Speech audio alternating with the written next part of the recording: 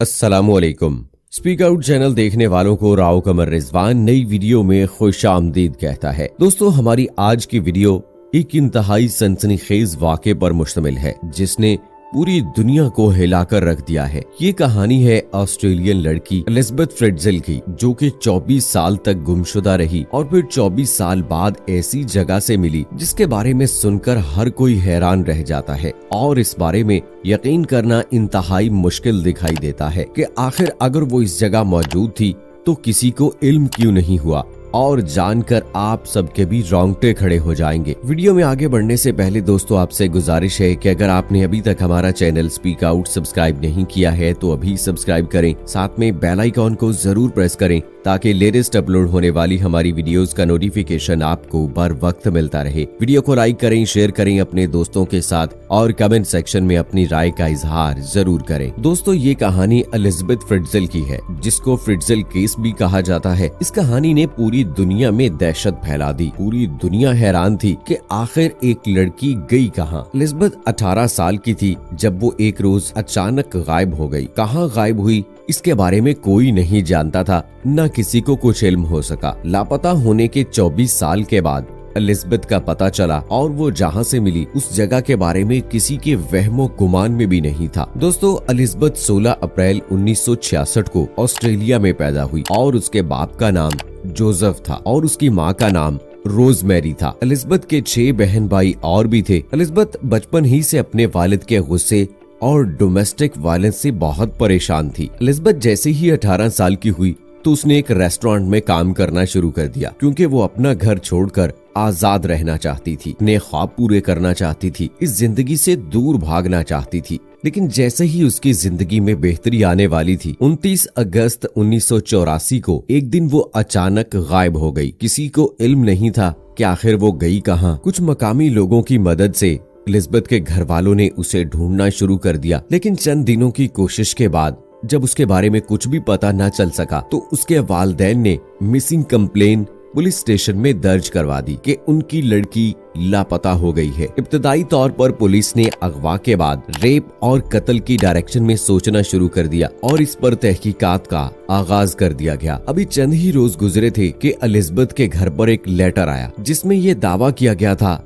कि मैं एलिज़ाबेथ हूँ और मैं अपने एक दोस्त के साथ जिंदगी गुजार रही हूँ। मैं नहायत खुश हूँ, चुनाचे मुझे ढूंढने की कोशिश न की जाए। पुलिस ने जब तहकीकात की तो मालूम हुआ कि ये हैंड राइटिंग एलिज़ाबेथ की ही है। इससे ये बात साबित हुई कि ये खत एलिज़ाबेथ ने ही लिखा था। मगर ये बात इंतहाई हैरतनाक थी क्योंकि एलिज़ाबेथ की किसी भी दोस्त को उसके बॉयफ्रेंड के बारे में कुछ भी पता नहीं था। एलिज़ाबेथ के बाप जोसेफ ने ये लेटर पुलिस के हवाले कर दिया। घर वालों के बयानात को मद्देनजर रखते हुए पुलिस इस नतीजे पर पहुंची कि एलिज़ाबेथ ने अपनी मर्जी के साथ ये घर छोड़ दिया है और किसी नामालूम मकाम पर अपनी मर्जी के साथ जिंदगी गुजार रही है और उसने अपनी नई जिंदगी का आगाज अपने बॉयफ्रेंड के साथ कर लिया है। चुनाचे कुछ दिन के बाद इस केस को हमेशा हमेशा के लिए बंद कर दिया गया। दोस्तों, यहाँ आता है कहानी में ट्विस्ट। ये बात किसी के वहमो गुमान में भी नहीं थी कि एलिज़ाबेथ कहाँ है और उसके साथ क्या कुछ हो रहा है। एलिज़ाबेथ अपने ही घर के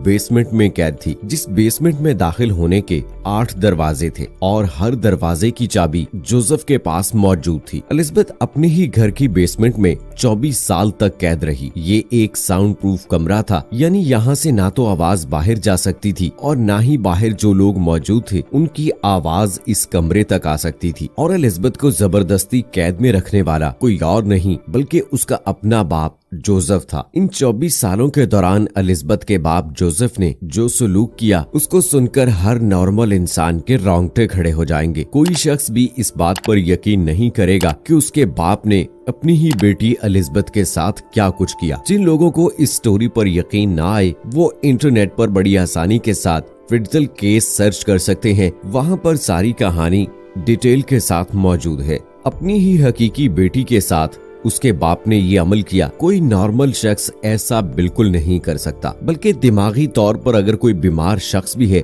तो वो अपनी बेटी के साथ ऐसा कभी नहीं करेगा। जोसेफ हर तीसरे दिन बेसमेंट में अपनी बेटी के पास खाना और पानी वगैरह लेकर जाता। शुरू में बात सिर्फ मार कुटाई तक महदूद थी, मगर आहिस्ता आहिस्ता ये सेक्सुअल अब्यूज तक पहुंच गई। इस सेक्सुअल अब्यूज के नतीजे में उस एलिजाबेथ लड़की के यहाँ वो 34 सालों में 7 बार प्रेग्नेंट हो चुकी थी। उसके साथ उसके बच्चे भी पैदा हुए थे, जिनमें से 3 इसके साथ बेसमेंट में ही रहे, जबकि 3 को जोसेफ की बीवी और दीगर घर वालों ने मिलकर पाला। जबकि एलिजाबेथ का एक बच्चा पैदाइश के थोड़ी देर बाद ही मर गया था और ये जुल्म अजीम करने वाला उसका अपना बाप जोसेफ था। एलिजाबेथ और उसके बच्चों को बेसमेंट में कैदी बनाकर रखा गया। इन 24 सालों के अंदर एलिजाबेथ और उनके बच्चों को बाहर नहीं जाने दिया गया। उन्होंने बाहर की दुनिया नहीं देखी। दोस्तों, थोड़ी देर के लिए उन बच्चों के बारे में सोचिए कि जो इस दुनिया में मौजूद थे, लेकिन वो अपनी माँ के साथ बेसमेंट में कैद थे। उन्होंने बाहर की दुनिया देखी ही नहीं थी। उनकी सारी की सारी दुनिया बेसमेंट थी। जोसेफ ये घिनौना खेल किसी और के साथ नहीं, बल्कि अपनी ही बेटी के साथ खेल रहा था और 24 साल तक ये अमल दोहराता रहा। किसी को कुछ खबर न थी कि उसके घर की बेसमेंट में आखिर क्या फेल सरंजाम दिया जा रहा है। जोसेफ का भांडा इस तरह से फूटा, बेसमेंट में मौजूद एलिजाबेथ की बेटी क्रिस्टन की तबीयत खराब हो गई और वो बेहोश होकर जमीन पर गिर गई। एलिजाबेथ ने किसी तरीके से उस बच्चे के नाजायज बाप यानी अपने बाप जोसेफ को इस बात पर कायल कर लिया कि वो इसको लेकर अस्पताल जाएगा। क्रिस्टन का चेकअप किया गया। चेकअप के बाद डॉक्टर ने जोसेफ को बताया कि इस बच्ची के किडनी में प्रॉब्लम है, इसके गुर्दे ने काम करना छोड़ दिया है और उसकी जान खतरे में है। डॉक्टर ने पूछा कि इसका हकीकी बाप कौन है, तो जोसेफ ये सवाल सुनकर घबरा गया। उसने बहाना बनाया कि ये बच्ची उसको सड़क से मिली है। जोसेफ की बातें सुनकर डॉक्टर को शक होने लगा और उसने पुलिस को कॉल कर दी। थोड़ी देर के बाद पुलिस पहुंच गई। पुलिस ने जोसेफ को अरेस्ट कर लिया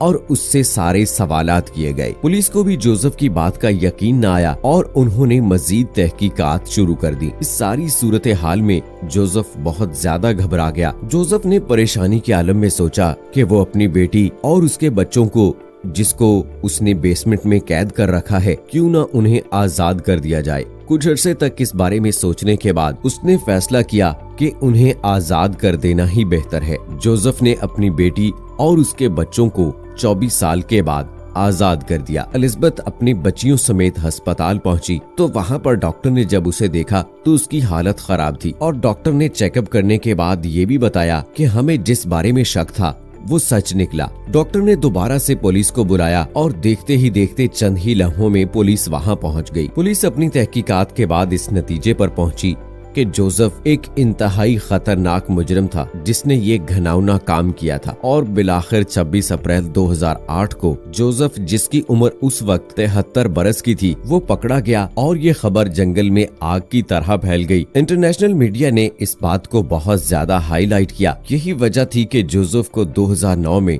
उम्र कैद की सजा सुना दी गई। दोस्तों, मगरबी मुआशरे की यही नुकसानात हैं कि कैसे एक बाप अपनी बेटी के साथ ऐसा कर सकता है। हमारे मुआशरे में भी चंद दरिंदा सिफ्त लोग ऐसे हैं जो कि इस किस्म की हरकत कर सकते हैं, वरना हकीकी बाप अपनी बेटी के साथ ऐसा जुल्म करने का कभी सोच भी नहीं सकता। सो दोस्तों, ये थी हमारी आज की वीडियो। उम्मीद करते हैं कि आपको पसंद आई होगी। इस वीडियो की पसंदीदगी के इजहार के लिए वीडियो को लाइक करें, शेयर करें अपने दोस्तों के साथ और कमेंट सेक्शन में अपनी राय का इजहार जरूर करें। मुझे नेक्स्ट वीडियो तक इजाजत दें।